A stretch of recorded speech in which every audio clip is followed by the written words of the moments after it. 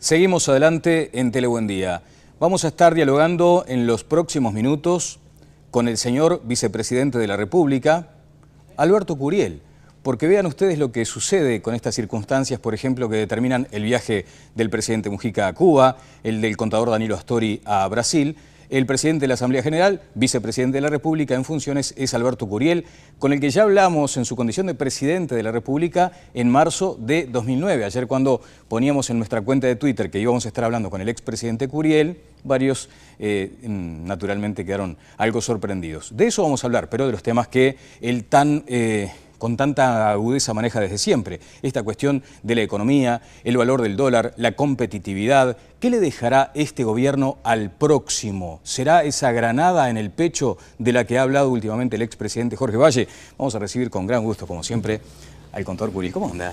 Estoy muy bien. Ah, bueno, me alegra. Hace mucho frío, pero sí, estoy muy bien. Donde no hace nada de frío es en Nacional. Un novelón. ¿Sigue de cerca el culebrón? Sí, me llamó la atención lo de Abreu, que quedara fuera sí, ¿no? Abreu sobre todo. Esos símbolos, ¿no? Sí, claro. Bueno. Son de esos jugadores que tienen que terminar su carrera muy bien. Claro. En las mejores condiciones. Pero bueno, ya está ahí en Pilar.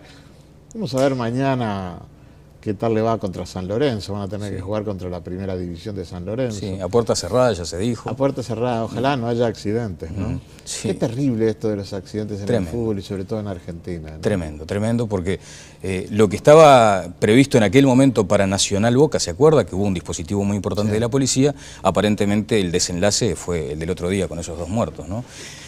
La seguridad o la inseguridad en Argentina. ¿Y acá cómo andamos, Alberto? Mal. ¿Qué le parece? A ver, acá en general andamos muy bien, en general. Hay problemas, pero en general andamos muy bien. Yo diría, la primera cosa que andamos muy bien es la sensación de la gente. Desde que el Frente ganó, se pasó del pesimismo de la sociedad uruguaya y de la emigración de los uruguayos al optimismo de la sociedad uruguaya y al retorno de los uruguayos, que tiene que ver, lógicamente, con la profunda crisis que vive Europa, que vive el mundo desarrollado, pero que también hay factores de atracción, ¿no es cierto?, en una economía que está creciendo sustantivamente. Entonces, cuando en el 2005 le preguntabas a la sociedad uruguaya en la opinión pública, ¿cómo ve la situación económica?, el 12% decía que era bueno. Cuando le preguntás hoy, te dice el 50%. Que la economía funciona muy bien. Este es un salto cualitativo. Y tú lo sentís. A eso iba, porque en la sociedad claro, tú lo sentís, en los restaurantes llenos, ¿no es cierto? Curiel, usted es un hombre popular, de hecho hoy comenzamos hablando del tema del fútbol, va a la cancha, transita, pero seguramente le llegarán tirones del saco, tironeos del saco para decirle, Alberto, pero mire que en esto andamos mal, en educación estamos espantosos, en la seguridad andamos complicados. Es verdad. Es absolutamente cierto eso. Ahora, miremos el medio vaso lleno primero y vamos enseguida a esos temas. Un producto que ha crecido enormemente, una inversión directa extranjera que pasa de 500 a 2.500 millones de dólares anuales, producto que crece casi 6%, una mejora sustantiva en el empleo, este es un tema clave, absolutamente. El desempleo abierto está por debajo del 6%, la informalidad, es decir, los que no aportan a la seguridad social, bajó 12, 13 puntos, la pobreza baja, la indigencia baja, inclusive la distribución del ingreso, después del 2007, tiene mejoras sustantivas. Entonces, hay un país con mucho dinamismo, con mucha inversión. Yo no sé si históricamente alguna vez llegamos a tener el 22% de inversión sobre el producto. Es una cifra muy alta para el Uruguay, ¿no es cierto? Si lo mirás con los países asiáticos, no. Pero para América Latina también es un nivel muy alto. Entonces, desde ese punto de vista, es muy lógico que el Frente haya vuelto a ganar en el 2009 y es relativamente lógico que en las encuestas empiecen a dar elementos de que las posibilidades de que el Frente vuelva a tener un tercer gobierno son muy altas. Bueno, se conoció la cifra en estas horas que marca ese 43% para el Frente Amplio. No me quiero apartar de lo que le planteé hace algunos minutos sobre la seguridad y la educación, pero en todo caso hagamos una especie de apunte sobre los aspectos económicos. Ya se deja en evidencia por parte de algunos técnicos que hay un proceso de desaceleración, que aparentemente el sindicalismo y el gobierno no lo advierten todavía, ¿es correcto? No, la desaceleración está arriba de la mesa. El fuerte crecimiento tuvo que ver, a ver, primero hay precios internacionales que nos ayudaron, eso no se puede negar. Habrán crecido menos que los minerales, que el petróleo, es verdad. El viento de cola que le dicen internacional. Pero fue real. Es decir, si vos mirás el índice de precios de exportación, llegó a estar 80% por arriba del 2004, del 2005. Ahora estará en 70, pero 70 sigue siendo... Y hemos generado rubros nuevos, además, de exportación. La soja, los derivados de la forestación, mañana va a ser el hierro. Y hay una cosa como novedosa para el Uruguay, que es la exportación de servicios, software, audiovisual, servicios profesionales. Esto en los últimos años creció arriba de 20% acumulativo anual. Es un hecho novedoso, absolutamente y muy positivo, porque generalmente genera empleos muy calificados, de altos niveles de salario, con tecnología de punta, que es a lo que todos los países aspiran. Hoy vivimos en el mundo del conocimiento, y en el mundo del conocimiento lo que importa es colocar rubros con alta y media tecnología, ¿no es cierto? Y estas exportaciones de servicios son importantes. Ese es el vaso medio lleno, digamos. Ese es el vaso medio lleno, y a veces aparecen críticas a ese vaso medio lleno, que te la quiero decir. Por ejemplo, vos oís, el Mercosur está paralizado, destrozado, no se puede esperar nada del Mercosur. Bueno, yo estoy creciendo las exportaciones 2005-2012 al 16% acumulativo anual. Y el primer comprador es Mercosur. Y por países el primer comprador es Brasil. Quiere decir que si se mantiene Brasil como primer comprador, quiere decir que ha sido un hecho positivo, que el aumento de exportaciones, entre otros, por suerte, es muy diversificado. Es muy diversificado, es Brasil. Pero ¿qué le vendo yo al Mercosur? Yo le vendo al Mercosur productos manufacturados en un 70-80% a Brasil y Argentina, y le vendo contenido tecnológico. Casi un tercio de las exportaciones al Mercosur son de alta y media tecnología. Entonces, cuando yo siento, es verdad, tenemos dificultades con Argentina, la hay, absolutamente la hay. Le cuesta mucho al Mercosur tener negociaciones con la Unión Europea, es verdad, todo eso es cierto y a veces hay limitaciones. Pero ni destrozado, ni paralizado. Bueno, lo decía el otro día la presidenta... Muy dinámico. Bien, la presidenta Rousseff hablaba de aquellos 4.500 millones de intercambio comercial en los 90 y los 12.000 millones de dólares de la actualidad. Eso marca... No, perdón, 58.000 millones. O sea, creció 12 veces el comercio en la región. Es un dato importante, ¿no? Claro. En la línea de lo que usted decía. Ahora, por ejemplo, vea lo que dice, por ejemplo, la consultora CPA Ferrer. Sin un ajuste del dólar no se exportará ni un tornillo. La divisa debería costar 25 pesos. Ahí ya voy a temas que a usted le gusta. La consultora CPA Ferrer estima que si el gobierno no realiza un ajuste de precio relativo, lo terminará haciendo el mercado. Y no le vamos a exportar ni un tornillo a nadie, afirmó el economista de esa firma, Alfonso Capurro. A ver, yo escribí mis primeros libros allá por mediados de los 60, atacando las grandes devaluaciones. Porque las grandes devaluaciones generaban desequilibrios financieros, generaba inflación, eso es real. Pero también aprendí de cómo debe funcionar la política cambiaria. De manera que en la década del 90, el gobierno que empieza del Partido Nacional hace un esfuerzo de enfrentar a la inflación con un tipo de cambio que crece muy por debajo de la inflación. A ver, si la inflación era 50% anual, el tipo de cambio crecía 25%. Es como si esos fueran los salarios, perderían 25%. Alguien pierde. Y el que pierde es el exportador, que no tiene competitividad porque recibe menos pesos por dólar, y el que compite con las importaciones, que si el tipo de cambio es bajo, las importaciones son más baratas y es muy difícil competir con esos rubros. Bueno, yo soy crítico, yo soy un heterodoxo en el fondo, yo soy crítico de la política de mi gobierno en materia cambiaria. ¿Y qué me pasó? Es bien significativo. La entrada de capitales. A ver, Estados Unidos tiene una política de expansión monetaria, intentando mejorar la demanda interna, intentando mejorar los niveles de empleo. Y es muy interesante. El Banco Central de Estados Unidos, la Reserva Federal, dice, a mí lo que me interesa es el empleo. Hasta que el desempleo no baje a 6,5%, dice Bernanke, yo no voy a subir la tasa de interés. Y seguro, todas las tesis ortodoxas de la inflación desaparecen, caen totalmente. Estados Unidos y Europa tienen altísimos déficits fiscales y no tienen inflación. Estados Unidos expande en grandes cantidades los medios de pago y no tiene inflación. Pero eso significa que con tasas de interés muy bajas, los capitales internacionales van a los países emergentes. Vinieron mucho a Brasil y llegan a Uruguay. El año pasado, el Banco Central dijo, bueno, si me entran capitales, hay mayor oferta de dólares, el tipo de cambio se me sigue bajando, ¿no es cierto? Entonces le pongo un encaje, es decir, 40%, ahora hay 50%, 40% no se permite que puedan comprar los títulos correspondientes o quedan en un encaje con cero de interés.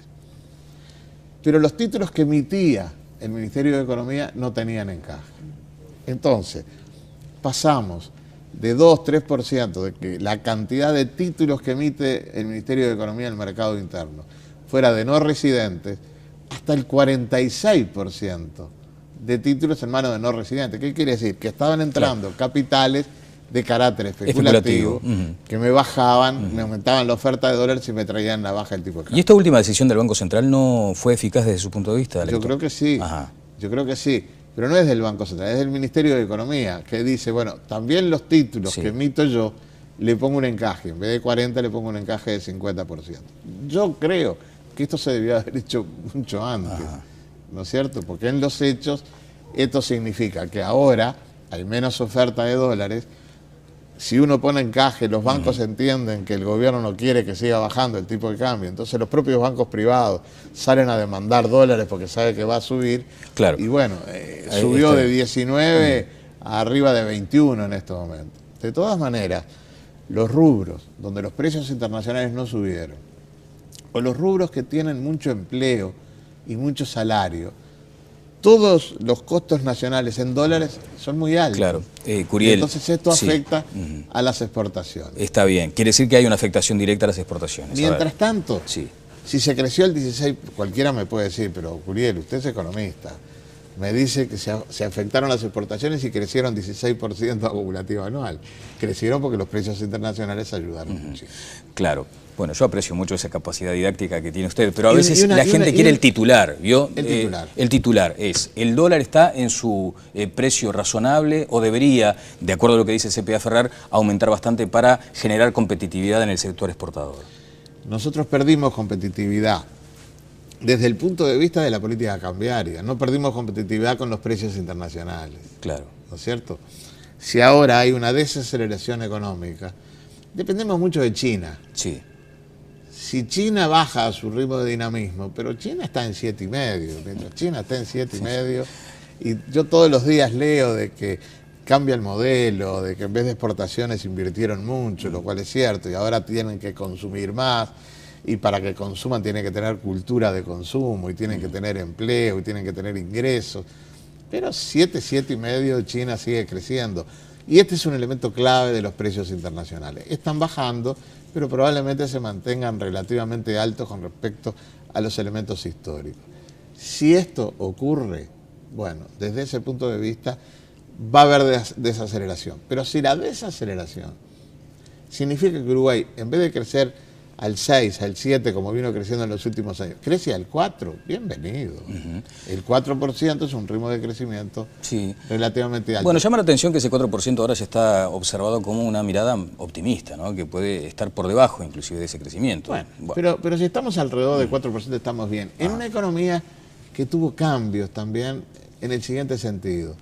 Si tú mirás la soja, el trigo, el maíz y la cebada, Los rendimientos por hectárea aumentaron 40%. Si tú mirás la leche, los rendimientos de producción de leche por hectárea subieron 130%. ¿Me deja intercalar un comentario sobre si eso? Si vos mirás la carne y le metiste la trazabilidad, entonces este es un Uruguay, que no es aquel Uruguay del estancamiento, es el Uruguay del dinamismo y del aumento de la productividad. Aumento de productividad, dinamismo, positivo, perfecto. Extraordinariamente importante. Rendimientos que mejoran, aumento de la productividad. ¿Hay margen para más impuestos en algún sector? Ah, sí, ahí sí. El gobierno ha tomado la decisión de que por el momento no, pero lo hay. Sí. ¿Usted está alineado a la mirada del viceministro de Economía? No sé lo que dijo el viceministro de Economía. No, pero entiende que sí, que hay paño, digamos, en algunos sectores para cortar. Yo creo que sí.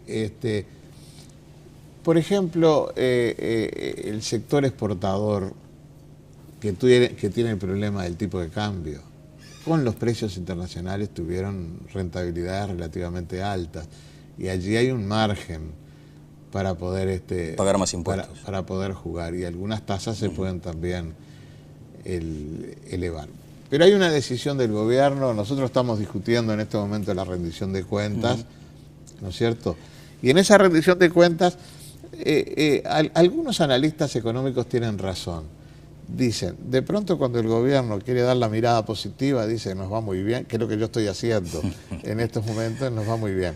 Pero cuando se va a hacer la rendición de cuentas, el informe dice, hay que tener mucho cuidado, no se puede aumentar. ¿Y esa contradicción cómo se déficit del Estado? Es natural. Ajá. Es natural que los ministerios de Economía cumplan ese rol. Yo ayer discutía la rendición de cuentas y decía, es natural que el Ministerio de Economía diga, tengan cuidado, no aumenten el gasto, no aceptamos más aumento de gasto, dice, ¿no?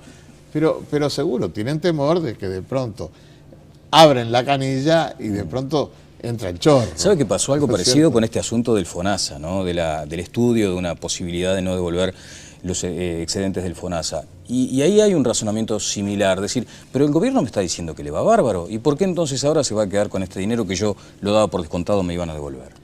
No estaba por descontado. La ley original no se devolvía. Es una ley posterior. Exactamente. Es una ley posterior. El propio ministro de Economía, Fernando Lorenzo, dijo, esto no nos corresponde. O sea, esto vamos a seguir actuando del mismo modo, devolviendo lo que corresponde. Yo soy partidario, mire, en la cosa del FONASA hay un financiamiento muy progresivo. Es decir, el que recibe más ingresos paga más. Yo como senador pago muchísimo a FONASA, ¿no es cierto? Si tuviese que pagar la cuota que yo pagaba antes en el sindicato médico, me convenía muchísimo más. Pero yo estoy haciendo una redistribución. Hay una gran redistribución de los asalariados de altos niveles de salario a los asalariados de menor nivel que generalmente tienen más hijos. Allí hay una distribución muy progresiva. Se habló de apropiación indebida, ¿usted no comparte? No, para nada, en lo más mínimo. Pero si además la ley original buscaba esa redistribución. Después vino otra ley que le dio la devolución. A mí no me gustó la devolución, porque yo soy partidario de la redistribución. A ver, yo vengo de la izquierda.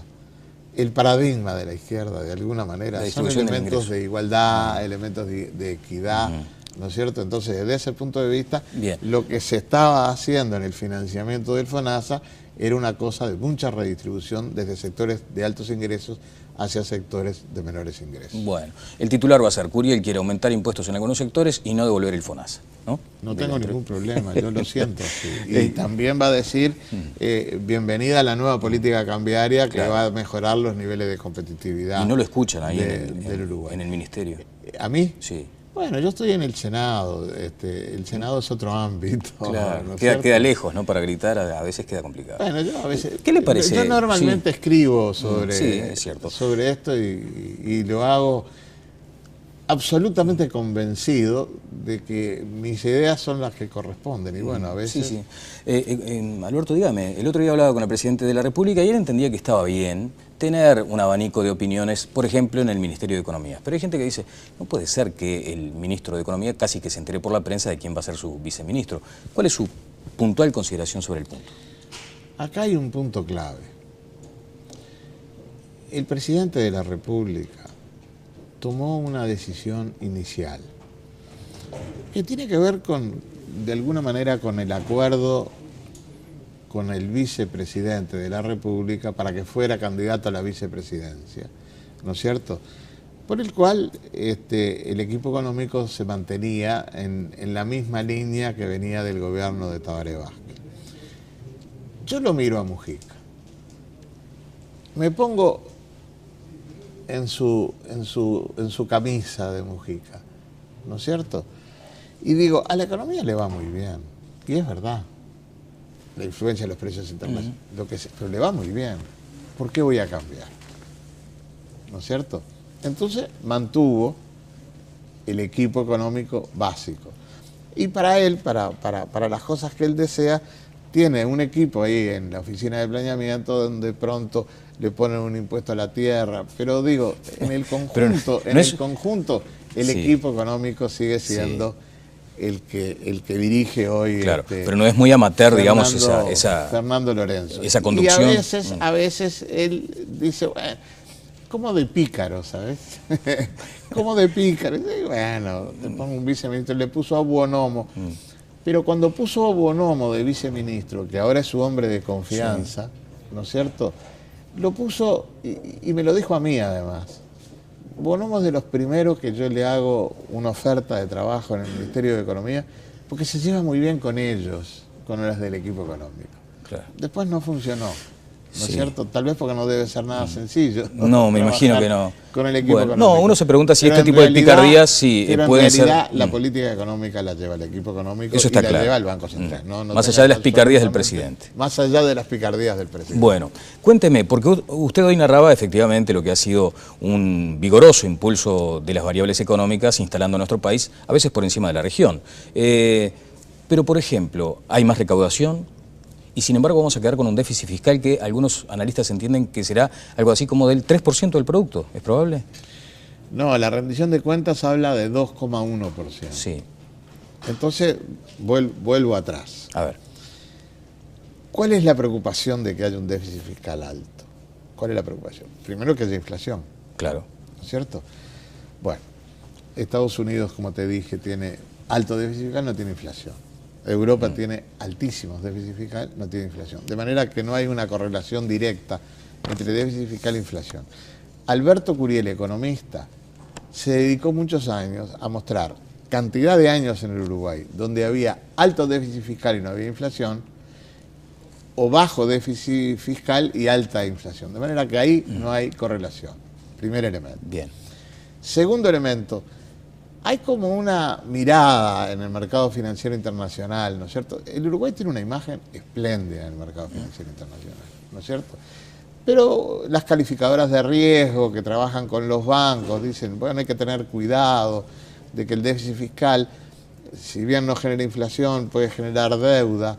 Desde este punto de vista tampoco la deuda de Uruguay es muy alta. De manera que, y hay una cosa que no es menor, en el 2% de déficit fiscal, la mitad, 1%, derivó de aquellas compras de dólares que hizo el Banco Central. Al no poner el encaje de los títulos del Ministerio de Economía, el Banco Central se vio necesitado de comprar dólares para que el tipo de cambio no siguiera cayendo. Al comprar dólares, pone pesos en plaza. Y después el Banco Central dice, hay muchos pesos, tengo miedo de que haya inflación. Los tengo que sacar, los tengo que esterilizar, mete deuda. Y a esa deuda le tiene que pagar intereses. Y un punto de ese déficit fiscal sobre producto, un punto, es fruto de ese problema con el tipo de cambio. Entonces, yo estoy en 2%, en 2,1%. Ayer tenía una discusión a propósito de la rendición de cuentas. Tenemos conflictos. Claro. Como siempre hay conflictos cuando hay rendición de cuentas. Pero de es más duro de este tono, es más duro yo leía a Juan Manuel Rodríguez, que es un experto en relaciones laborales, que decía de que, bueno, normalmente cuando hay un conflicto, las medidas se van aumentando en la medida que se profundiza el conflicto, pero no se empieza con una ocupación de fábrica, o con una ocupación de un liceo, o con una ocupación de una escuela, o con expulsar a viejos dirigentes del magisterio, como Florito, como Óscar Gómez, se han radicalizado enormemente. ¿No le sorprendería que se armara otra central sindical, por ejemplo, a usted? Yo espero que no. ¿Ah, sí? Y yo espero que no. A ver, ¿cuál es la diferencia de la izquierda uruguaya con el resto de las izquierdas del mundo? Para no decirte de América Latina, del mundo.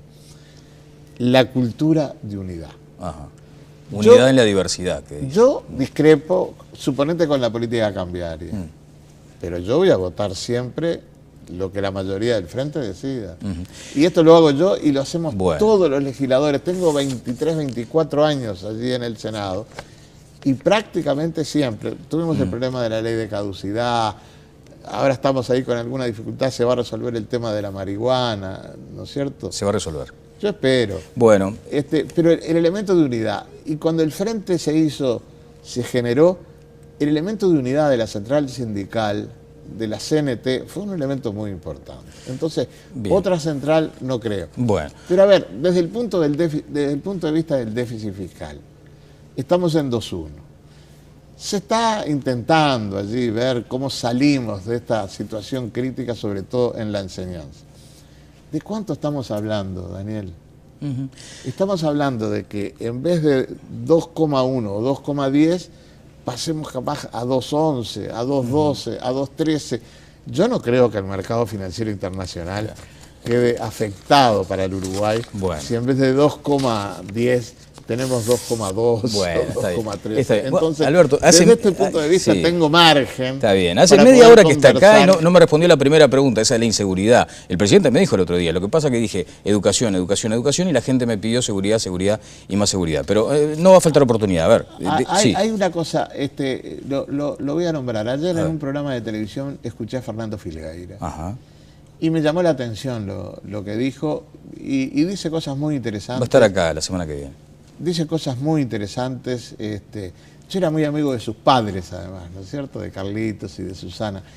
Dice cosas muy interesantes sobre la educación, que yo creo que por ahí el va el futuro camino. Gobierno va a tener que empezar a caminar. Bueno. Esto del pasaje de primaria a secundaria, mi nieta que va a un colegio privado porque yo quería que tuviera inglés, antes que nada mis nietas.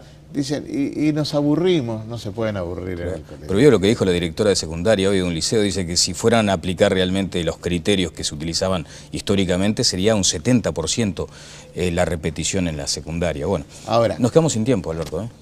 El hecho es que hay que hacer modificaciones cualitativas, sin duda. Se ha dado muchos recursos financieros, faltan recursos humanos. Hay un hecho concreto, se partió de un punto bajísimo en los niveles de salarios para los maestros, para los profesores, mejoraron sustantivamente, pero de pronto vos sentís que hay un llamado de otro ministerio, de una empresa pública, y se presentan los maestros, y tú los perdés. Sí, bueno, entonces allí hay un problema, sin duda. Y en la inseguridad, es verdad, hay un problema central acá que a mí me parece fundamental. Y ese que tiene que ver con la droga. Y bueno, estamos haciendo un esfuerzo también de ver cómo salimos de esta situación. Y el Ministerio, del mismo modo que usted a veces discrepa con algunas posturas del Ministerio de Economía, ¿con el Ministerio del Interior está de acuerdo con la acción que está desarrollando? Hay un gran esfuerzo. Hay un gran esfuerzo y hay que esperar. Yo no puedo conseguir... el otro día un periodista... para otro canal de televisión, me dijo, ¿usted cree que el problema de la educación y el problema de la seguridad se pueden resolver antes que termine este gobierno? No puedo decirle a la gente, vóteme, que yo inmediatamente le voy a resolver. Lleva sus tiempos. Bueno, hay que ser serio. Alberto, simplemente una frase, pero así de titular, y si quiere más adelante lo seguimos viendo. El expresidente Jorge Valle formuló una advertencia, dice hoy la contratapa de búsqueda, al gobierno, llamó a los 3 partidos de oposición a juramentarse ahora para revertir el caos en la seguridad, en la educación y en la salud. Gane quien gane la próxima elección. Dice, la situación actual indica que cada día está más cerca el momento en que no se aguante más. Yo a los Valle le tengo aprecio. Tuvimos 4 presidentes Valle en el Uruguay y don José Valle de Ordóñez hizo historia, absolutamente, y fue un elemento clave de lo que fue el estado de bienestar del Uruguay. Jorge, a quien yo también fue compañero en el Senado, trabajamos juntos allí, vivió un momento muy difícil en el año 2002. Y estábamos en situación caótica, sin duda, sobre todo desde el punto de vista financiero. No hay caos en el Uruguay, en lo más mínimo. Se equivoca de acá a la eternidad si piensa que tenemos una situación caótica. Hay una situación estable, hay dificultades en la educación, hay dificultades en la seguridad, no lo negamos de ninguna manera. Hay que hacer los máximos esfuerzos por resolver esos temas, pero me parece que no es comprensible en una sociedad democrática y en un sistema político tan abierto. En este momento estamos buscando por todos los medios tratar de conseguir en mayor cantidad de votos, por ejemplo, para minería de gran porte. Hicimos un acuerdo político. Tenemos que hacer el máximo esfuerzo de encontrar de que el Partido Colorado y el Partido Nacional nos voten. Minería va a ser una cosa muy importante en el futuro. Muy bien. Entonces, desde ese punto de vista, no comparto realmente lo que dice el doctor Jorge Valls. Nos quedamos sin tiempo, pero bueno, no faltará oportunidad de recibirlo acá como vicepresidente o presidente, o vaya a saber qué, ¿no? Porque hoy está como vicepresidente de la República, ¿eh? Vio que hoy estoy como vicepresidente. Me tocó presidir el Senado ayer. Exactamente. Pero el secretario del Senado me tiene que advertir. Alberto dice, mirá que te están televisando, porque yo a veces jugueteo también un poquito, claro, ¿no? con esto de la Lo cual es sano. Está muy bien. Es sano. Muchas gracias, Alberto, como muchas siempre. Muchas gracias a ti por poder estar en tu programa. No sé si sacaste Iris. No, pero lo sacó Fernando Vilar, ni más ni menos, un querido compañero, amigo. Están contentos. Estamos contentísimos. Vale. Y varios para el canal, además. Yo espero que tú saques un Iris en el futuro. Ya me lo acaba de otorgar usted. Bueno, ha sido muy amable, Alberto. Vamos a la pausa y ya estamos en el cierre de Telebuen Día.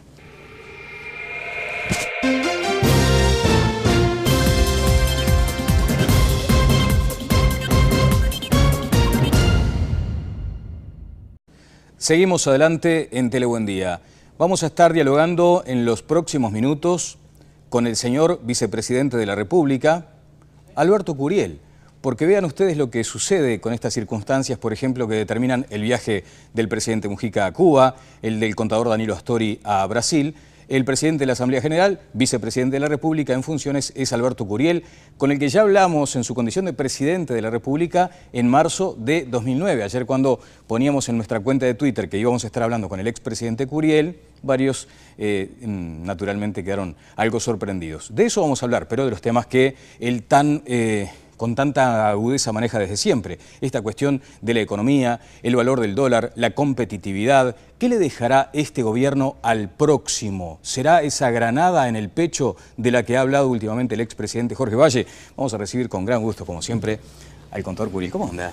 Estoy muy bien. Bueno, me alegra. Hace mucho frío, pero estoy muy bien. Donde no hace nada de frío es en Nacional, un novelón. ¿Sigue de cerca el culebrón? Sí, me llama la atención lo de Abreu, que quedara fuera Abreu sobre todo. Esos símbolos, ¿no? Sí, claro. Son de esos jugadores que tienen que terminar su carrera muy bien. Claro. En las mejores condiciones. Pero bueno, ya está ahí en Pilar.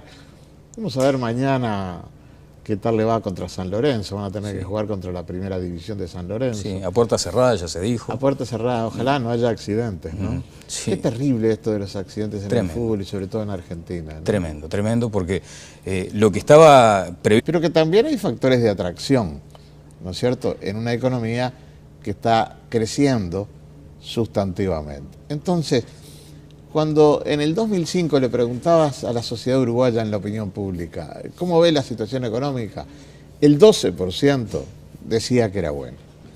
Cuando le preguntás hoy, te dice el 50% que la economía funciona muy bien. Este es un salto cualitativo y tú lo sentís.